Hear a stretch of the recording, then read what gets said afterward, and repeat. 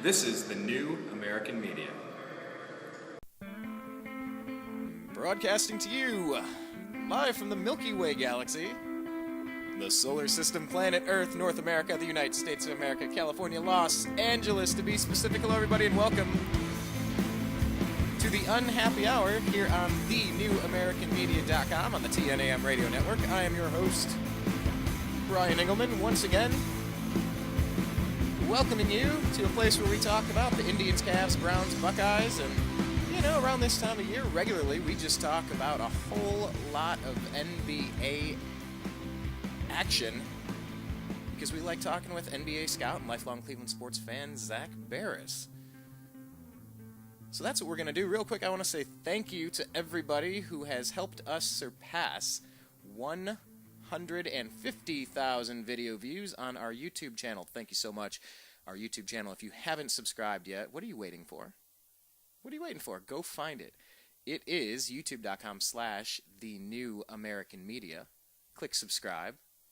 Leave some comments. By the way, to UFC is MMA asking, hey Brian, what is your favorite sport to watch on the YouTube channel? This one is with the Buckeyes blow it, Browns bungle, and the Cavs are cooking. Favorite sport to watch has got to be football. I played football. I did play basketball. I played tennis. But, yeah, football has got to be my favorite sport to watch. I do love watching basketball, for sure. And, you know, baseball is cool.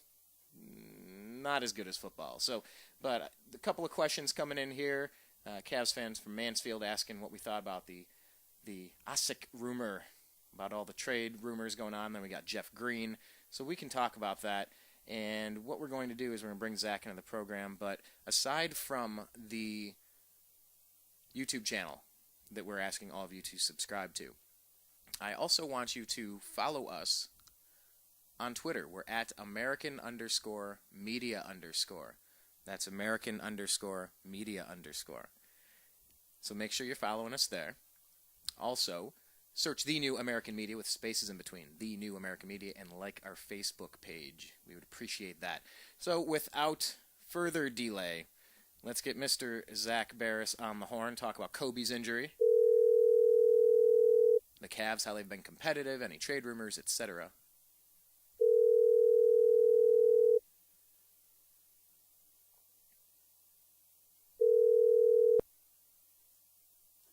Hello? Hey, Zach. Welcome back to the Unhappy Hour. You're live on the show. How you doing today, sir? I'm good. How about yourself? You know, how am I doing? I usually say living the dream, and I really mean it right now. I'm living the dream, Zach. How are you? I'm all right. Disappointed not to be coming back to Southern California, though. Hold on. Tell me about it. Why aren't you coming back to Southern California? Well, I'm just saying for the game. Oh, okay. It's not like you're not coming back ever, like you've received a lifetime ban or something. Banned statewide, yeah. Maybe you're banned in Michigan, though, because you're wearing the Buckeyes stuff down on the Michigan field. I don't know. Maybe not. It's a possibility. Yeah. Well, let's talk about possibilities here, because the Lakers have an infinite amount of possibilities in front of them, but they have absolutely handcuffed themselves with this huge Kobe Bryant deal. Kobe goes down in an injury, and, you know, a lot of people were questioning why they would give Kobe that huge, and a lot of people are just calling it a bonus, basically a lifetime achievement award. What are your thoughts on the whole scene? That's exactly what it is. I mean, the Lakers weren't doing it because he's still worth $24 million a year, because he's not. Kobe Bryant at this point, I mean, the Lakers by signing Kobe that deal basically prevented themselves from getting LeBron James. I'm not saying LeBron was going to go to the Lakers, but if Miami doesn't win it, it's definitely a possibility. And if you renounce Kobe and you allow LeBron to create his own super team in LA, it was always a possibility. You know, obviously not one that was likely, but it is LA and they are the Lakers. So Right. It's something, you know, that it can just be said for itself. You know, like I said, I never thought it was likely, but you never know. And there's a lot of free agents in a couple of years. You know, you've got LaMarcus Aldridge, Kevin Love. Do they really want to come back and play with Kobe Bryant in a year? You know, they want to make it their team. They want to win now. You know, Aldridge is in a great situation now in Portland, in an unlikely situation where it turns out they're the best team in the West, and they're maybe one piece away from winning it all at this point. You know, I happened to be at the game the other night when Damian Lillard just outplayed Kyrie Irving. You know, I mean, it wasn't even a shot. I mean, Lillard was by far the superior player on the court. Portland was by far the superior team. But the Cavs are hanging. the Cavs are hanging in that game, though. I mean, they've played. Well, I'm saying that it's a game the Cavaliers could have and should have won, but Portland knows how to finish a game. The Cavaliers don't. Right. That's the between the teams. You know, Portland's had a lot of close games this year. They've been able to close out. Cleveland's had a lot of close games that they've lost.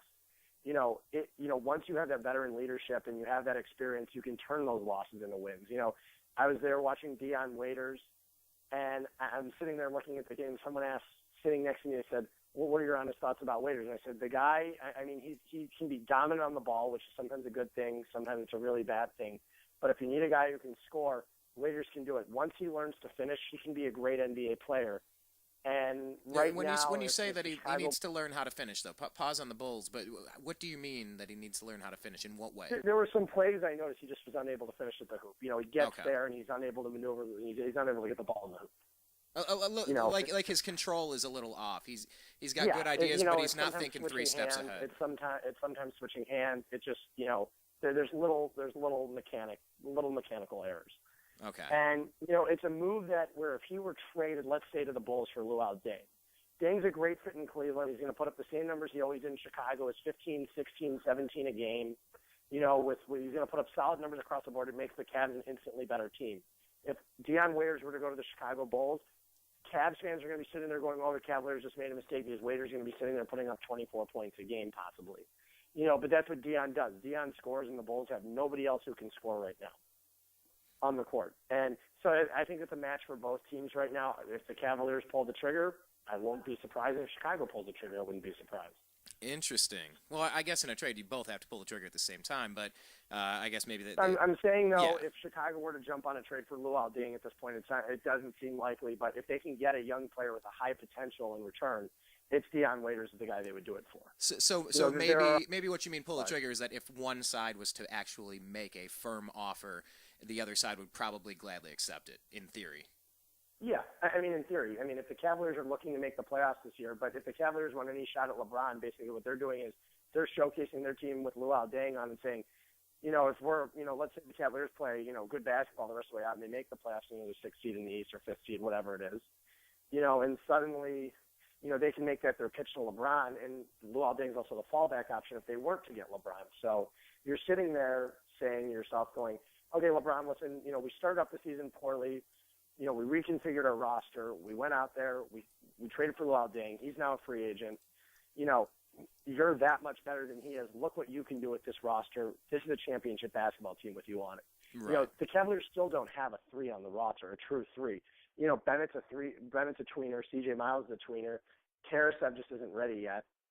And Alonzo G is a tweener. They don't really have a true 3 on the roster. And Earl Clark is, also a tweener too. So they don't have that prototypical 3 on the roster. Luol Deng is a perfect fit for the Cavaliers right now. Dion Waiters, it's bad for the Cavs to get rid of Waiters, but like I said, I don't know how his personality is meshing right with Kyrie Irving, with Tristan Thompson, with those young guys. It might be beneficial for the Cavs organization to trade him and acquire a veteran. It might be the case, and I still haven't been able to get down to the bottom of was there a locker room fight between Dion Waiters and Kyrie Irving, But you've seen Kyrie playing a little off of his game, at least maybe not. He's been getting back to where he used to be. Well, and I'm noticing that they're getting back to it, especially now that Bynum seems to be in the fold. Like I said, when I was at the game the other night, I was really impressed with Andrew Bynum and the way he looked. He's playing legitimate minutes. He's really starting to look like his old self again. I mean, I think he had 13 and 8 in the first half. From what I remember, he looked like his old self. As a top 2 NBA center at that point. So, I mean, it remains to be seen. As long as he can stay healthy, I expect him to help carry the Cavaliers. Kyrie Irving's playing it better. He's playing better. Jarrett Jack's better too. The one thing I would do right now is you need to completely pull Earl Clark from the rotation because, he cost the Cavs the other night. He's sitting there jacking up 3s on a consistent basis. I mean, he made one of them. I made a joke the other night. I said, oh, Clark's taking another 3, and it was the one he actually hits. And someone looks at me and they just go, I thought you said Clark never hits 3s. And I was like, he's still like 1 for 5. Yeah, the odds still aren't great. Yeah, even a broken clock is right twice a day. No, I mean, I remember LeBron used to do that before he got a good jump shot. He was jacking up 3s all over the place, and it's like, buddy, you gotta get the the reps down, and you got to get that percentage up before you keep doing that. You're too dominant inside to keep doing, playing that kind of game. But I wanted to ask you, because you brought up Andrew Bynum a second ago, that he's looking really good. We have a few people regularly comment on the videos, and we had a question. Cavs fan from Mansfield was asking, any thoughts about an Asik rumor coming to Cleveland? Because he's thinking that Bynum isn't a good long-term solution. Any thoughts on that? I mean, I think Asik's a possibility, but I don't know if it's a serious one. I really don't. I don't, if I'm the Cavaliers, am I willing to trade Varejao for Asik and his $15 million left on his deal for next season? No. That's me personally. If I'm the Cavaliers, I think Bynum could be a good long-term option. He obviously had the knee problems for a year and a half, but he's back now. He's performing at an elite level for the last 2 weeks or so, and it's something the Cavaliers. I don't know. I mean, I think Asik would be a great fit defensively, but if I'm the Cavaliers, I think it'd be tough to give up Varejao in a deal for him, and I don't know if I'd give up Waiters for it, because that's when you don't need it. Because then where does Varejao play? You've got too much of a load over the center position and power forward, and that's a problem. Right. Another thing I don't like about it too is Asik was unhappy coming off the bench in Houston. He was unhappy coming. I don't think he was particularly happy coming off the bench in Chicago, and suddenly. If you're the Cavaliers, you're sitting there and saying, we're not going to get rid of Andrew Bynum mid-season to go with Omar Asik. I can tell you that right now. That's not what the Cavaliers are thinking. Bynum at his peak has much higher potential than Omar Asik does. It's not even a question. So, and I think Bynum's just starting to get into his rhythm now, and the Cavaliers Bynum's how old? Go and trade Bynum. How old is Bynum? 24? 26? 25? 26? Yeah, I don't have it in front of me, but I mean, he's my age. He still is a young player. So I mean, very young. Even with the injuries that he's had, I mean, he's still going to have quite a few good years left in him. He's not a 35-year-old Kobe. No, and that's the thing is Bynum. He's a center with knee injuries, but he's proven himself the last couple of weeks where he can still put up 20 and 15 on any given night. The Cavaliers are starting, he's setting screens at the top of the key. I was noticing it's something he wasn't doing earlier in the year. He's much more mobile and agile than he was, 5-6 weeks ago. And don't forget, everybody was predicting his target date to the season was December 1st. It was not supposed to be the first day of November. Oh, yeah, everyone was surprised with that. So he came back a month early. He wasn't ready. Obviously, Mike Brown didn't, the rotation was terrible. When you're starting your center 9 minutes a game, playing the 9 minutes in the first quarter, it doesn't allow the rotation to get into a rhythm. And that was the problem with the Cavaliers, where they were collapsing late in games. The starting rotation wasn't playing well together. Now you see it, the starting rotation is looking really good. They also have, I really like the lineup when it's Bynum, Thompson, and then they have the three guards in there, like when it's Waiters, Jack, and Irving. I really like that, or when it's Miles, Jack, and Irving. I really like that rotation too. When they don't come out with the true three, that might be their best lineup right now. And then you've got Waiters coming off the bench. So, sometimes to me they look like they can be a really good basketball team and the talent's there. And other times you're just looking and watching when Earl Clark's on the floor, when Anthony Bennett's on the floor, you're like, okay, with this team, they add another couple of bench pieces. Maybe they're there. Well, let's talk about that, because we're hearing a lot of Jeff Green rumors right now. Any thoughts on how that might play out? He's another perfect fit for the Cavs right now, but like I said, what do you do with him after the season if you can get LeBron back? That's the problem. Jeff Green still has a year on his deal. Okay, so he's Jeff Green's a perfect fit. If you're not thinking about the future, Jeff Green is a perfect fit for this season. Perfect. He puts the Cavaliers in the playoff contention. I'm not saying championship contention, but playoff. They will be a playoff team with Jeff Green on their team. Okay. Yeah. No. But talk about what's going to happen with the contracts, with him having a year left, and how it messes up the potential future plans, though. That's the thing. It becomes, you will be able to trade Jeff Green. Well, I believe he has one more year left on his deal after this one. I'm not sure. And then he has a player option, but it will be a partially expiring contract. The Cavaliers are willing to throw in a pick. Some team will take it. He signed relatively, I think $9 or $10 million a year, where it's still relatively cheap, where someone would take him most likely. But, there's still that risk of it. So, you have to take your chance. But if you only have to give up a first-round pick and you can put it top 8, top 9 protected, if I'm the Cavaliers, I pull the trigger on that one. I think the top half of the lottery is unbelievable. And if the Cavaliers get Jeff Green, they're going to be picking in that anywhere from the 16 to 22 range. I want to say 16 to 20 range, because every team in the West is better than they are in the East. Right. So right, in the right. Cavaliers, right now you only have, I think, 2 500 teams in the East that are above 500. That is insane. That is absolutely nutty. I mean, even just to look at New York, New Jersey, and see how bad both of them are doing at the same time. It's just, does it even make any logical sense, Zach? How could this be happening right now with the East being this bad? I mean, like I said at the beginning of the season, we expected Phoenix to be a terrible team, but I still said, I remember coming on, saying this backcourt with Dragic and Bledsoe was going to be extremely fun to watch. And what do you know, Bledsoe's gotten to the point where he can carry a team on his own. Right. Imagine if the Cavaliers last year, I know we spoke about this deal over a year ago. It was probably exactly a year ago from this time, actually, when we spoke about a possible, before Varejao got hurt, of a, DeAndre Jordan, Eric Bledsoe deal straight up for Anderson Varejao. Right. That was a deal that was on the table. Imagine if the Cavaliers had a backcourt of Irving and Bledsoe. That would be arguably the best backcourt in the league. Yeah, And, you've had that on your radar before. We've talked about that a couple of times. That'll never happen now. Bledsoe's an all-star. Bledsoe's an all-star two-guard. He is. Look at the job he's doing with Phoenix on that roster of a bunch of nobodies.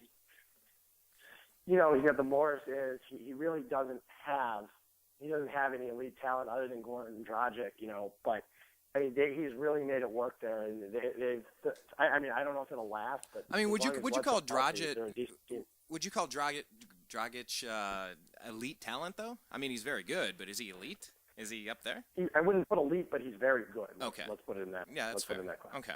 No, so long term, Anderson Varejao, does he play it out with Cleveland? Is he still trade bait? I don't know. I think his trade value is increasing. I think at the beginning of the year, when he was averaging 6 and 6 at the beginning of the season, I think his trade value was at an all-time low. Well, yeah, who wants that for $15 million? Right. Obviously, people are weary of the injuries, but he's been playing really well lately. If he keeps playing like this, his trade value is, never going to be at an all-time high again because he's missed so many games. But, they might be able to acquire a significant piece in return for him, and that's, something they have to think about. All right, so then that's the situation with him. Then let's go across the league. Maybe a couple of goofy stories, unless we have anything more to discuss on the Cavs, because, they played quite a few games real tight with some very good teams, and then but they weren't pulling them off. But this came on the heels. What was it? 5 or 6 games they won, 6 or 7, something like that. Are you seeing the Cavs actually turning it around, or was it just a fluke? Yeah, they look like they're finally starting to mesh. They look like a roster that was, that wasn't coachable at the beginning of the season. Now they look like they're starting to play defense. They're actually starting to score the ball on offense. They're not putting up 80 points a game anymore. I think over their last 7 games, they're averaging 107 points or something. So they are starting to move the ball on offense. Kyrie Irving looks like he's developing into a rhythm with the rest of the roster. And I think a lot of it hinges on Andrew Bynum, though, because he's just been, he's been really valuable, the last couple of weeks. Right. Well, you look at Portland and Miami. Would you say those are arguably the 2 best teams in the NBA right now? I had no disrespect to the Pacers. Indiana's there. I think Oklahoma City. And I still, in a playoff series, I'd still take Oklahoma City or San Antonio over Portland. Okay. In a 7-game series. Okay. Maybe a one-off. I think Portland's very good, but do I think they might be playing a little over their head? Yeah. I think they're a very good team. I don't want to discredit what Portland's done this year because they've been phenomenal. And the other night, they were getting offensive rebounds like it was their job. And that was why they beat Cleveland. Every time it seemed like they were getting second chance points. Right. It reminds me of college basketball this season when you watch Arizona play. They don't necessarily play the best basketball offensively, but, that's a team of just a really good team, and they get tons of offensive rebounds. And their second chance points, they dominate every other team in the country. That's why they were able to come back and beat Michigan. So when you're able to put up second chance points, you're going to win the majority of your games. And they have a lot of really good offensive rebounders on their roster. Well, that game against Williams helped solidify their bench. Don't forget C.J. McCollum's still out there. Portland is a very good team. Like I said, there was a team that won 33 games last year that I wrote off this year. I thought they had a decent draft. I didn't think they added too much, but like I said, it's what a coaching change can make in the NBA when you're losing a bunch of close games. and suddenly you're winning, and the record can change pretty quickly. I think we saw that even with the Indians. Oh yeah, with Terry Francona, right? And the Browns too. The Browns was a lot. I'm going to say a lot of the games the Browns lose actually aren't close games once you see the final score. But they're usually winning in the mid-fourth quarter, and somehow they give up 3 touchdowns every game, and they wind up losing by more than a touchdown. Yeah, I mean, the Browns were legitimately spanked by, the Lions and the Packers. We lost a couple of solid games this year. We didn't start it.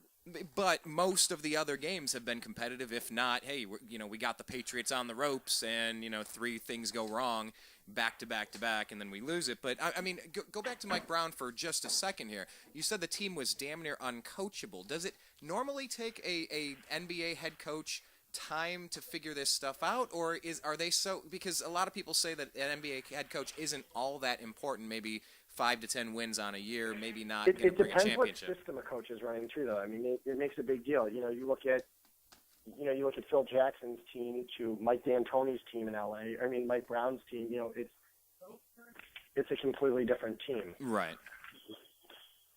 Yeah, I mean, it is a different team, and that's why I'm just wondering if, because a lot of people were saying the Mike Brown hire was absolutely the wrong move. The Cavs team looked completely lost. Rumors of fights, back behind the scenes, and just saying, what a train wreck. But then they rattled off a bunch of wins there. Obviously a banged-up Chicago team, but they took down Denver. They took down the Clippers. Not too hard taking down the Knicks and maybe the Magic, but then they hung in there real close, a 7-point game versus Miami, and then a 3-point game against Portland without the heroics of Damian Lillard. Who knows if they pull that off in overtime. So, Cavs fans right now are trying to figure out, are we rooting to get that 8 spot, 7 spot, 6 spot, 5 spot, or are we rooting to tank? Because we're playing that middle ground right now. Should Cavs fans be rooting for wins or losses is what I'm asking. I'd root for wins. Yeah. I think you've rooted for losses too long, and Chris Grant hasn't proven that he can draft well. Yeah, that is a shame. What are you seeing out of Anthony Bennett still? What's on Suicide Watch as a Cavs fan week to week? What's the Anthony Bennett update? He's playing better, but he still isn't good. And he's not contributing anything valuable to the team. If anything, he still isn't providing positive win shares, if that's the word to describe it, which it is. But he just isn't contributing in a positive way yet. He had a decent game, I think, against Orlando. I didn't see it. But, when I saw the stats and I looked at the advanced numbers, they were good.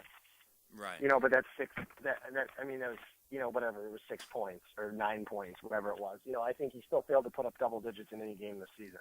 Ooh, still. Okay. That doesn't mean he won't come around, though. He may not have been ready to the NBA. It's way too early to write him off. Do I think he's a superstar? No. But I said at the beginning of the season, I didn't know if there were any All-Stars in this draft other than maybe Oladipo. Who the Cavs passed on, of course. Yeah, who I would have taken. That's who I wanted from the start. I've been saying that all along. I saw Oladipo in college. I saw kind of a fiery spirit. I really saw, you can't really, I don't know. There are things you can coach and things you can't. But when you have, what am I trying to say? Because when I saw Oladipo, I just saw a burning hunger, a fire.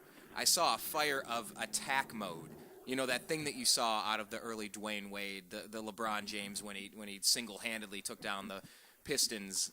You see these things from players like Derrick Rose. When they can take over a game and they click into that next level. I saw that out of Oladipo.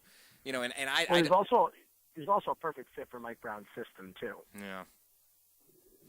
Well, he ain't gonna be unless there's a trade or Mike Brown goes down there, because I think the Magic are kind of happy with what they have. But I'd be thrilled. The Magic have. The thing with the Magic is the Magic have a lot of talent, right? But it just doesn't necessarily fit well together. Nikola Vucevic is one of the best. He's one of the better centers in the NBA, and he's in his. He just started. He's only in his 3rd season, and you take a look at him. You take a look at Oladipo. They do have some significant pieces in place. They just need more to. Andrew Nicholson's another one who can contribute.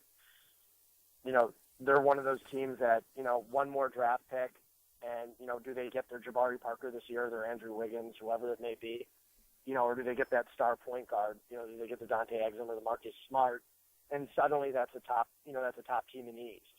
That's a definite possibility with them. They're young, and they're going to have a lot of cap space. All right. So looking forward, then, well, before we look forward, because maybe just a quick hit on what you're seeing through college basketball. I want to talk about a couple of other things here, but one of the comments we keep getting, I think it's UFC is MMA on the YouTube channel. By the way, it's youtube.com/the new American Media. Click subscribe. We just passed 150,000 video views, so that's pretty neat. I think one of the things he keeps saying is play your rookies. He can't stand, and if I'm misattributing this, I'm sorry, I don't have it in front of me, but one of the comments we keep getting is you have to play your rookies. You know, so when you see an Anthony Bennett struggling, is it best to pull him aside and let him watch and he's got to get caught up and get conditioned, or do you put him out there and throw him in the fire and be like, brother, you're number one pick. You need to figure this out on the floor. I mean, is there a method that works best? It depends what you're doing. If you're tanking for the lottery, you go and you play your rookies. You know, but if you're a team that's competing for a playoff spot, don't just sit back and just say, okay, we're throwing you in the fire. That's what Byron Scott did. You know, the Cavaliers were tanking. You know, you could play your rookies 40 minutes a game and throw them into the fire. You know, when you're trying to win basketball games, you're trying to put your best players on the floor who can contribute. You're not trying to sit there and put players in there, you know, who are going to go 1 for 14 and take, 10 deep threes, when they're not supposed to. So, no, I think you're playing Bennett in the role he should be playing, and when he's only getting 6 to 8 minutes a game, 6 to 10 minutes, that's what he deserves right now. He does not deserve to be playing 20 to 30 minutes a game. Playing time is earned in the NBA. It's not given. Unless you're tanking. Unless you're tanking. Okay. All right. Well, then we welcome your comments and replies to that answer from Zak, who, by the way, if you're not following him on Twitter, he's at Z Baris. That's ZBARIS. Zak, let's transition here just a little bit. Unless you have anything else across the NBA, any major storylines or observations, I want to bounce to college basketball and a couple of goofy stories for you. Anything else in the NBA you want to touch on? No, that's good for right now. Okay. I mean, let's just do a quick overview across NCAA, gearing up toward March Madness. We're almost in the new year. I can't believe I'm even thinking March Madness, but that's only 3 months away now. Buckeyes are looking fantastic. There's a huge crop of talent in the first round draft this year in the NBA with all these great players that could come out. What storylines are developing for you there, and who do you think are the two best teams in the nation right now if you had to pick them?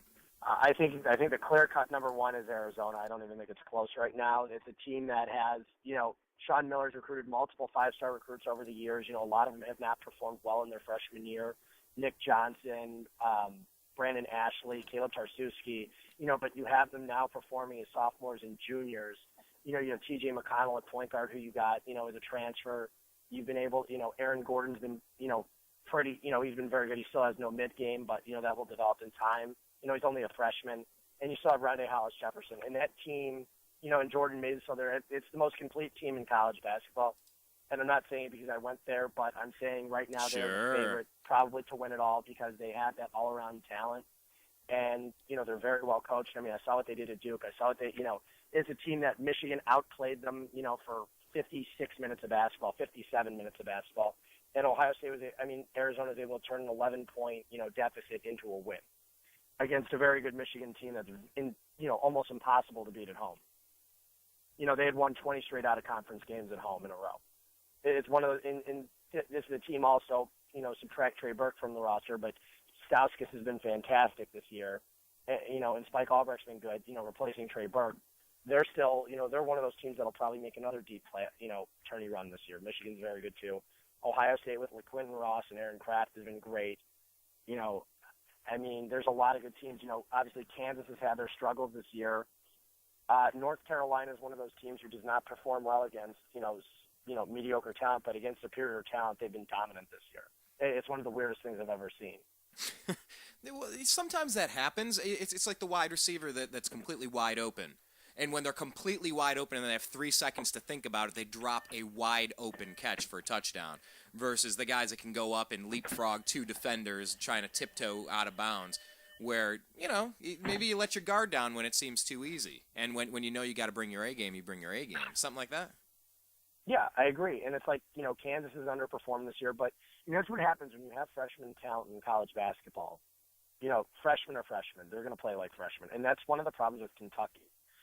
It is very, very tough to win with just freshmen in college basketball. You need the veteran leadership, and that's what Arizona finally has this year. And this is why they're the best team in college basketball, because they have a mix. Kentucky, Calipari's always gone up. All of his teams, he's won once. He's been to multiple Final Fours, though, with at least three, with three different schools, UMass, Kentucky, and Memphis. But, he's only won once, probably due to the lack of leadership. Derrick Rose may not have been ready to win yet, when he was there, obviously choking down the stretch against Kansas in that final game. At the very end, missing all the free throw shots. UMass with Marcus Camby back in, I think it was 96. And, the John Wall team, that was by far the best team in the nation, I think with Tyreek Evans, too, and they still didn't win.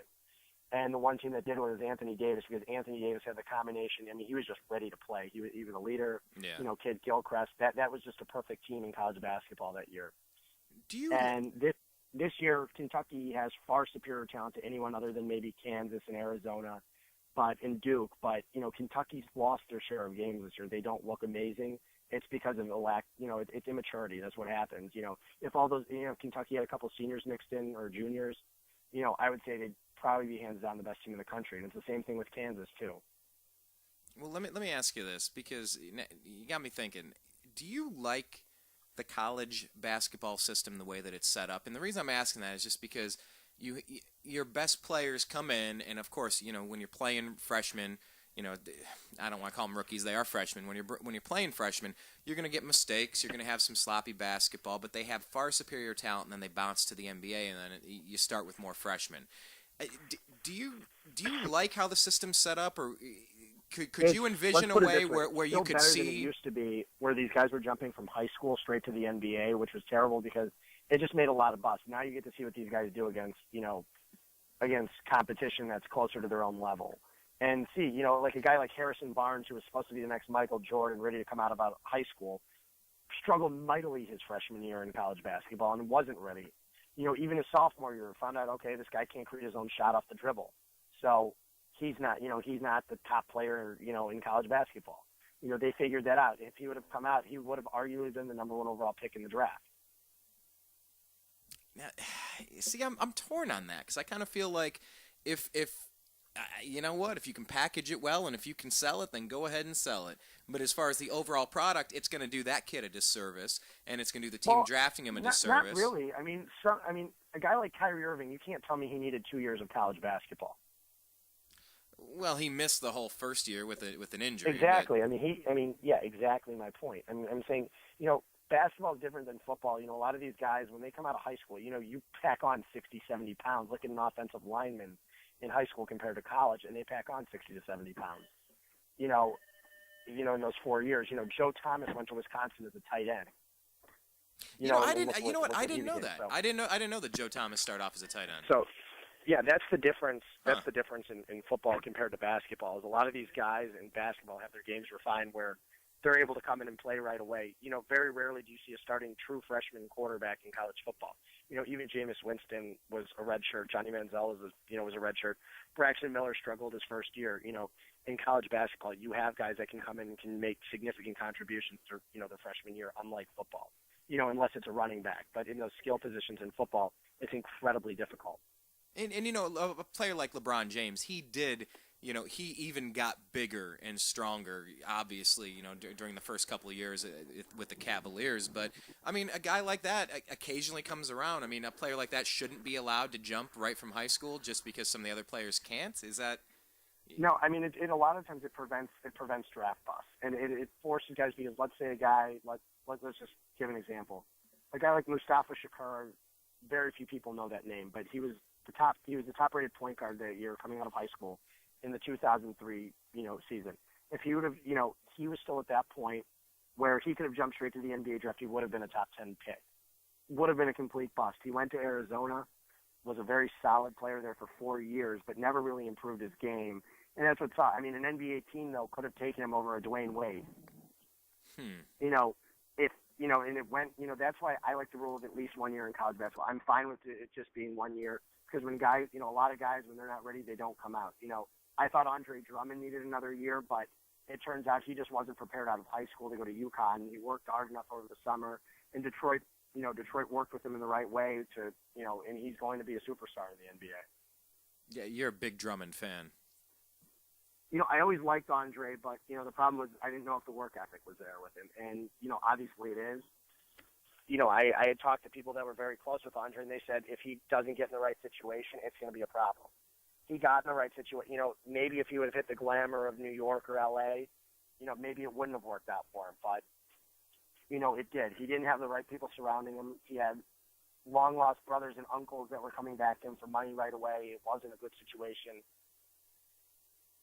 But it all worked itself out in the end with him, and he's going to be one of the best. He'll be a top 3 center in the NBA for years to come. Talking with NBA scout Zak Baris. Follow him on Twitter. He's at ZBaris. That's ZBaris. You were talking about Michael Jordan really quick. I want to kind of scan over here a little bit. A couple of odd things. Both, I guess they're both involving jerseys. Michael Jordan. Michael Jordan, when he was playing in his prime, wasn't it? I guess for me, it was hard to ever imagine a player ever being that popular ever again, or that dominant ever again. Just, he is the best, hands down, basketball player ever. Nobody will ever be that good. And hearing today that LeBron has the most popular selling jersey worldwide and, across our nation as well, I wanted to ask you, can you forecast who might be the next best-selling jersey in the NBA? And I'm basically trying to say, who do you think could step up to LeBron's level at some point? I think if Kevin Durant were to go to a team that was maybe the Lakers or the Bulls, the Knicks, obviously a well-renowned franchise that actually gets some media attention, I think it could be Kevin Durant. I think there's some other players. I think eventually, depending on where some of these guys are going up, a lot of teams right now, a lot of these big cities aren't landing these superstars at the beginning of their careers. They're all going to smaller cities. Next year's draft, look at the guys like Wiggins stuff will be in cities like Utah. Toronto is a big city, but it'd be the 4th largest city in the United States actually, if it was. It's the 4th largest city in North America, subtract Mexico. But the problem is they get no media attention because TSN runs everything up there, and it's hard to say wherever these guys will end up. If Jabari Parker winds up in a big market, Parker could wind up being, really, really high-selling jersey. It just depends. Because it's hard to say. Irving could be there. If you bring back LeBron to Cleveland next year, let's just say, Kyrie Irving, the Cavaliers would get a ton of national media attention. Kyrie Irving's jersey would start selling. Yeah. It just all depends where these guys are at. Yeah, and that's fair, but I was of the opinion, especially in the cable age, maybe in the Michael Jordan timeline of basketball greatness, the Bird, Magic, Jordan kind of stuff. I felt maybe at that time being in Los Angeles or Boston or Chicago was kind of vitally important to make sure you're getting that attention. But I didn't feel like LeBron James during his tenure in Cleveland was being shut out of attention because he was playing in a small market. Am I off base there, or? Well, Cleveland got tons of media attention. They were on national TV 40 games a year. Yeah. You had your 32 or 33 nationally televised games between ESPN, ABC, and TNT, plus the 10 to 15 that were also on NBA TV. So someone without league pass could have watched the Cavaliers every single night almost. At least every other game. Yeah. And so that was the difference. Oklahoma City still does not have 40 games on national TV, even with Kevin Durant. Well, why is that, though? Obviously LeBron is, I don't want to say a different, better player than Durant, except I do have to say he's a different, better player than Durant. Look, LeBron's also more marketable than Durant. He's Durant's a lot more soft-spoken than LeBron is, and that's also another difference. You see LeBron likes being in the spotlight. Kevin Durant, you see, he's been in, he's got a lot of commercials and stuff. But nothing like LeBron, and that's the thing. Is LeBron's, heavily pushed by Nikes in every main Nike commercial. Kevin Durant is not, and that's the difference. I think if Kevin Durant though were to play for a team like LA, I think it'd be a completely different scenario. Well, hey, Dwight Howard didn't work out there. He was a little bit more. He's a clown, but he's a little bit more mild mannered. That's the difference. But I know, but he's still mild mannered as a clown. He's kind of a soft spoken clown. LeBron's a hey, look at me. Ever since, high school, he's been... Also, LeBron's also the only guy in the NBA that can play with 11 other scrubs and turn the team into a 50-win team. Hey, I think he could have had two extra MVP trophies before he actually started winning them as well. I think he's been the best all-around player in the league for far more years than he's been given credit for, and he's still the best. Exactly. And the thing is, if you take LeBron, you put him with any roster in the NBA, any roster. I don't, there are some bad teams in the NBA, but if you put him on any team in the NBA, they're going to win 50 games. The Knicks. Yes. Any team. He's that dominant of a player, so he can come around and he can play any position on the floor. Could you put LeBron James? All right, let's ask this. Could you put LeBron James onto a college team that could beat an NBA team? I would doubt that one because don't forget most players on a college team don't play in the NBA. It's very rare when you see you have Kentucky starting five from a few years ago that's all in the NBA. You've got Marcus Teague on the Bulls, but Teague struggles mightily. Michael Kidd-Gilchrist has been all right, but he plays the same position as LeBron. Terrence Jones has been decent. I mean, yeah, I would say if you put LeBron on that team on Kentucky 2 years ago with Anthony Davis and LeBron together, it would be, it'd be fun to watch them play a really bad NBA team. Maybe they'd get him on the depth when they go into their rotation. Maybe. It's just hard to say because how the game translates. I think that team, maybe the Kentucky team from 2 years ago, put LeBron on that team. Yeah, I think they could beat a bad NBA team. No, because I'm asking that because I've heard that question asked maybe in a different sport, more like, hey, could the Ohio State Buckeyes or could Alabama, could Auburn, could this year's Florida State, could they beat the Titans or I'm sorry, the Texans? The Texans. No college football team in history could beat the worst NFL team. It's just not possible because when you even look from some of the dominant teams, look at 2001 Miami. Look who their starting quarterback was. It was Ken Dorsey. Look at 2004 USC, how dominant they were. Matt Leinart was their starting quarterback. Leinart had absolutely zero success in the NFL. Dorsey had zero success. Dorsey didn't even have a touchdown pass for 6 games that started for Cleveland. I think he had 12 interceptions or something, 10 interceptions and 0 touchdowns. That's just showing right there. It doesn't matter. You can't win without the quarterback position. And, the odds are that, you have 11 starters from offense and defense playing the NFL or 0. It just doesn't happen. I know, but it's fun to ask because you will find Nick Saban supporters and some rabid Buckeye fans and maybe some Florida State goofball that are convinced that they could beat an NFL team. Yeah, just let's just put it this way. convinced. You have to think about it. Is A.J. McCarron ready to step in there and take charge with an NFL team? Absolutely not. Is Jameis Winston ready to come in there and do that with, guys he's throwing the ball to that won't even be NFL receivers? No. You have to put it in that light. You have to plug A.J. McCarron into an NFL roster right now that could go and beat the Jacksonville Jaguars. I don't think he can. Don't forget Chad Henne was a very good college quarterback. So was Blaine Gabbert. All the starting quarterbacks in the NFL for the most part were very, very, very good college quarterbacks. Well, yeah. Look at a guy like Jason Campbell. Jason Campbell led Auburn to an undefeated record in 2000. Was it 2003 or 2004? And he's a decent NFL quarterback. He's not a star, and that Auburn team was really good. That they had Ronnie Brown and Ben Tate on it too. 2 guys who were selected in the top 5. Well, what I'm also wondering, I'm talking about, hey, do you put Braxton Miller out there? Do you put Alabama or Auburn or something? But the question would be, could any of them survive a hit from J.J. Swat if they played the worst team in the NFL, which is the Houston Texans right now? I mean, are you going to get blasted by J.J. Watt, really, and stand up and handle that? Well, don't forget, the last I remember is Case Keenum took his team to an undefeated record, or they had 1 loss when Keenum was the quarterback at Houston. So think about that, too. These guys were, a guy like Ben Tate was, he was a great college running back, Arian Foster. And by the way, I meant to say, I don't know if I said Ben Tate before with the Campbell team. I meant to say Cadillac Williams and Ronnie Brown. Oh, okay. I'm correcting myself now. Yes. Yes, they're two-headed monster for a minute. No, it's fun to think about, and I didn't necessarily know that LeBron James was going to get this good when he first came out. Of St. Vincent, I didn't know necessarily.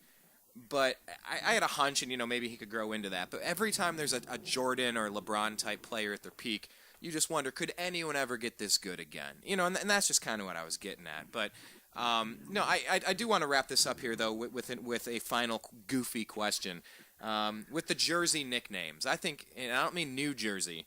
I'm talking about the jersey nicknames, the Jesus Shuttlesworth, the stuff that the NBA is actually going to be rolling out this year. I think we talked about this maybe a year ago when David Stern announced it. What are your thoughts on the jersey nicknames? Because it is entertainment. They're doing it for one reason and one reason only, to create more revenue. And that's it. For jersey sales, that's it. That's the only reason they're doing it. They go, if the NBA goes, we can make $1 billion more by selling these stupid sleeve jerseys on Christmas Day that look like dry fit. That look like dry fit T-shirts. If we can, if people are actually going to buy them to go work out in the gym or play in, we can sell those. Okay, if we're going to make $500 million off those, and we're going to make, and we're going to sell more Jesus Shuttleworth jerseys than Ray Allen jerseys to begin with. Let's go out and we'll play on them 3 games a year because people will buy them. That's true. That's why they're doing it. Why do you think teams change uniforms every so often for jersey sales?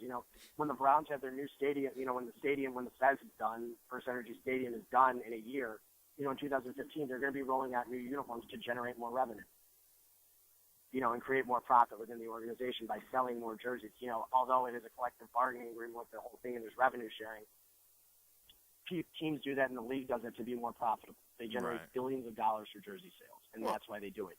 That's why the San Diego Chargers roll out their powder blue alternate uniforms. They do it because just to sell, and that's why. And the Pittsburgh Steelers roll out their Ben Raplesberger prison garb where they look like bumblebees a couple of times a year. I still haven't seen anyone own one of those jerseys. I haven't seen one of those walking around either. I can say that the only NFL jersey I have never seen, alternate or not, have anybody wearing it. I can actually say that I've never seen anybody wear that before. So are there any nicknames in NBA basketball that you would like to see an alternate jersey where they get to throw a nickname on there, like the Slug? I would actually probably buy that. If that was actually a real one, I would buy that jersey. Can you explain to people where that story came from again? Because I think it's just hilarious. So I was at the Lakers-Cavs game a few years ago back in L.A., and, the Cavaliers are just putting Semi or Dan. He's sitting there literally walking up the court like a slug, with his head bobbing up and down. The guy can't run. And my friend looked at me, and he just goes, he's like a slug out on the court. And then so we just started calling him ever since. And, I always called him that, and it's just the name stuck. A lot of people have started calling it, too, a lot of my other Cavs friends. That is really funny. Any other nicknames that maybe people don't have but they should have? I mean, could Dwight get Crybaby on the back there? Back in the day, I'll never forget the game. It was back when the Rockets were in town against Cleveland, and my buddy and I, we had 4 seats at the Cavs game. This had to be, I don't know, maybe 2001, or 2000, and for some reason, we kept calling that Bullard White Chocolate all game. That was another jersey I'd love to have, too. White chocolate. That's interesting. Now, all right, so if anyone after the fact wants to toss some, what nickname, NBA nickname jerseys would you like to see that would probably not be sanctioned or approved by the player, but players that actually deserve a nickname that they're not using that we could see on the back of a that would be interesting. Maybe I need to think about that a little bit more. But to go around the NBA... I can see Verjao. Do you know how many jerseys, Wild if you Thing? were one that said Wild Thing, yeah, it would sell. That would sell. Absolutely. Well, I think Charlie Sheen is a 50-year-old coming back in a new Major League reboot, kind of like Roger Clemens at the end of his career, steroided out and all raged out and coked out. I think that would be a great movie to bring actual Ricky Wild Thing Vaughn back in a reboot of that. Yeah, I think Wild Thing would sell. What's Kyrie? He'd be Uncle Drew? That'd be his, right? Yeah. It's another one that could come out, So there are a lot of nicknames out there, and Anthony Bennett's nickname. Anthony Bennett's nickname. Oof. Would it be One Bust? And done? One and done, Bust. Wrong choice. Ooh, man. We're hard on the kid. I don't know. It doesn't seem like, the NBA is getting great contributions out of their rookies this year to begin with.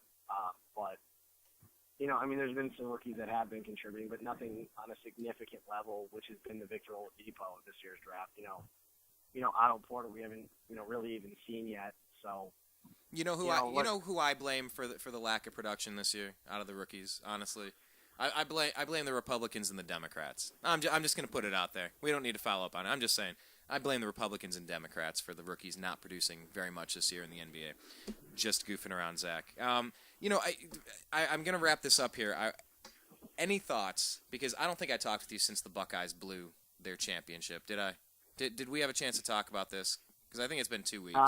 I don't believe so, no. I mean, quick thoughts on it, because it ripped my heart out again. I'm used to it, but this one hurt. This one really sucked. I mean, was it a winnable game, or did they get beat by the better team? They got beat by themselves. I mean, it was a game they were down 17-0, and they came back and suddenly have a touchdown lead. It's a game you were in control of. You're beating them with your speed. Do what works. Keep running the ball with Hyde. Keep the ball on the ground. You know, the receivers are constantly dropping passes, and you know, you went away from the game plan. The defense couldn't stop a high school offense at that point, you know. So, you know, they weren't going to win it. You know, I was absolutely just shocked that they lost that football game. I was shocked because, you know, 8 or 9 times out of 10, they're going to beat a Michigan State. They're this far superior talented team. You know, it was one of those games where they just got out-coached. That's the other thing I was going to say too. Thank you for saying out coach, because we were talking earlier in the show about, you know, maybe NBA coaches only counting for maybe 5 or 10 wins and how important are they depending on the system, whatever. We talked about that earlier. But when I was clowning around saying, you know, could the Buckeyes or could Alabama or Auburn or Florida State beat, you know, the worst NFL team, I think the NFL coaches would just have a field day confusing the hell out of the kids. I think that's a place where it would be a debacle. Would you agree there? It would just be crazy town. I completely agree. Yeah. Well, anyhow, so and are you surprised anymore? And this is the final point here: is that the Cleveland Browns, you know, they're 4-10. Is there anything surprising week to week about the ways that they find to lose games? This one against Chicago by 7 points. I feel like I've seen it all. The Patriots game, I don't think that's been on the air since that one. But, I mean, this is going way back. But 2001, when the Browns were up by 2 touchdowns with a minute left in the game, and I think it was Jim Miller or Shane Matthews threw a touchdown pass. They recovered the onside kick, threw another Hail Mary, and then they won the game in overtime. And I'm just sitting there in disbelief, saying, how did this happen? The Patriots game reminded me of that exactly. I mean, it was an identical. Your team should never lose like that once, let alone twice. Yeah. So, I mean, any loss to the Browns, but, you know, now they're probably going to be able to land their franchise quarterback with their poor play, and, you know, maybe it's a good thing because the talent is there. It's a team that should be able to win next year. They have a lot of cap room, a lot of draft picks. They don't seem far away. They have an elite level of talent this year. It's proven that, you know, especially when Brian Hoyer was the quarterback. You know, this team can compete. So let's see how they do, and, you know, let's see how they do in a year. I'm ready to see. You know, there are some decent quarterbacks in next year's draft. I mean, obviously they're not going to get their hands on the number one. But, you know, is there any clear-cut number one choice in this draft? You know, that's the thing. Do you think it's possible that the Browns could trade the Cavs so that they could draft Anthony Bennett to be the next quarterback? I think he'd make an awful quarterback. He's more of an offensive lineman. I don't know. Who was in charge of that kid's conditioning? Sorry, I know we were wrapping this up, but who was in charge of Anthony Bennett's conditioning? He was conditioned at UNLV. That was the thing. He was in decent shape. Is when he hurt his shoulder, is when he just, you know, stopped working out. And when that point, you know, when you declare for the draft, the university is done working with you. You know that. And they won't let you. You take it in your own hands. And he obviously didn't hire a training agency. I know he wasn't with Hanger Athletic Exchange. He wasn't with IMG. And he wasn't with Impact Basketball. And Hanger's now closed, but he wasn't with any of the main. You know, I don't know the trainer he was working with. So, and I don't believe he was working with the trainer. You know, he wasn't working on any other part of his game. So he sat back in the offseason when he had a shoulder injury, did nothing, put on 30 pounds. You know, and his asthma kicked in, his sleep apnea. You know, he should have hired a nutritionist, you know, and a trainer. He didn't, and there's a reason why he's not prepared for this season. It's showing. All right. Well, you know, the Browns aren't really prepared for this season either, and I'm not even going to ask you at this point with 2 games left, do they try to win versus New York and Pittsburgh, or do they try to lose? I mean, obviously they're going to go out there and try to win, and who knows, they're probably going to now that it doesn't count. But, I mean, at this point, after losing 5 in a row, you just almost start rooting for losses so you can get a higher draft pick. It's been heartbreaking watching the last 5 weeks of Browns football, especially after, you know, being at that Ravens game and coming off there going, okay, we've got a shot. You know, and then, you know, the Cincinnati loss, just everything has been, it's been a complete debacle for the Browns over the past 5 weeks. Yeah. So, you know, and the season's obviously shot, but, you know, like I said, I don't even want to say there's next year, but There's always next year. You know that. No, but let me tell you this, Zach. I had a dream last night, and I woke up and I said, so in my dream, I watched the Browns win the Super Bowl. And I was walking around like, oh my God, I can't believe it happened. Did that really just happen? I was acting the same way like when the Buckeyes beat Miami a few years ago after that late pass interference call. And, it's incomplete, game's over. And I kept waiting and waiting. I didn't want to start celebrating and see a flag. I'm like, seriously, am I allowed to cheer? Oh my God, did that really just happen? And I had a dream that the Cleveland Browns won the Super Bowl last night. So I don't know. Maybe it's an omen of things to come, but there is always next year, Zach. There is always next year. Or maybe it's just a dream. Or a nightmare, buddy. Or a nightmare. But, okay, so wrapping this up, you said you're not coming out to Cat. When do you legitimately think you're going to be out here next? Because we're March. Guaranteed in March. For the madness? Something else, but guaranteed. Fair enough. All right. Well, then, I hope you and your loved ones have a great Christmas and happy holiday season. And stay safe, have a good time, enjoy some good food, and we'll be talking again soon. I appreciate you for joining us again on the program, buddy. We'll do this again soon, all right? Same to you, and thanks again for having me on. Happy New Year and Merry Christmas to everyone. Hey, thanks a lot. Take care, Zach. Make sure you guys follow him. Bye. He's at Z Baris on Twitter. That's Z-B-A-R-I-S. Good times with Zak Baris. Comments. Leave them. Leave them on our YouTube page because we just surpassed 150,000 video views. Thank you to everybody. We have so much on there. We have politics, we have sports, we have spirituality, we have music, we have interesting interviews, radio shows, product reviews. Please check it out. So many cool things. All the places. TheNewAmericanMedia.com. On YouTube, we're youtube.com/TheNewAmericanMedia. On Twitter, we're at American_media_. Follow us there. And on Facebook, search The New American Media with spaces in between and like our page because we like it when you do that. So, special thanks to Zak Baris for joining us again. He's at Z Baris, Z-B-A-R-I-S. Follow him. And we're going to make a hard pivot, and we're going to go into agree to disagree. Of course. There's so much stuff going on. Let's see what's going on, because there's so many things. There's a TSA lawsuit. I think what was it? That guy that took his shirt off, and what do you have? The Fourth Amendment written on his chest. I think he won his lawsuit. Of course, we got to figure out, is Santa white or black? According to Megyn Kelly. Interesting. Is Santa white or black? Pajama Boy. And the new Obamacare ads trying to get people to sign up for Obamacare. By the way, I was kicked off of my health insurance plan, so I am not happy at all. If you like your plan, you can keep it, period. Yeah, that was a complete lie. People in Texas are being arrested on pre-crime.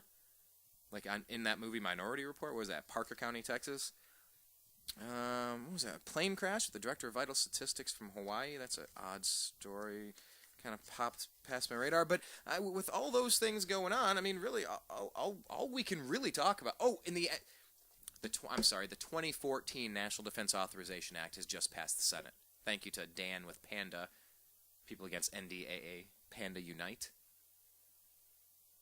That's one that says you can be indefinitely detained and held without charge, without trial for the duration of a conflict, and the United States is now a battlefield, so you could just be disappeared by our own federal government, or Homeland Security, or FBI or CIA, and you don't get, Bill of Rights protections to a speedy trial of your peers.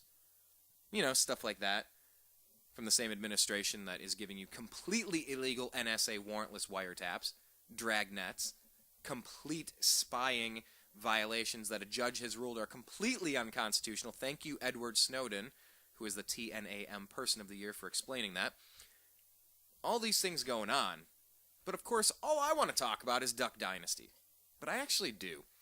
I actually do want to talk about it. Now, I'm not going to talk about it this second. I'm going to switch gears. I'm going to put that on our Agree to Disagree show. Because, I do like mixing sports and politics. For the most part, I don't do that too much. But it comes from my days of being a bartender, where I would gauge what the customers are wanting to talk about, and I'll talk about it. I don't care. Sports, politics.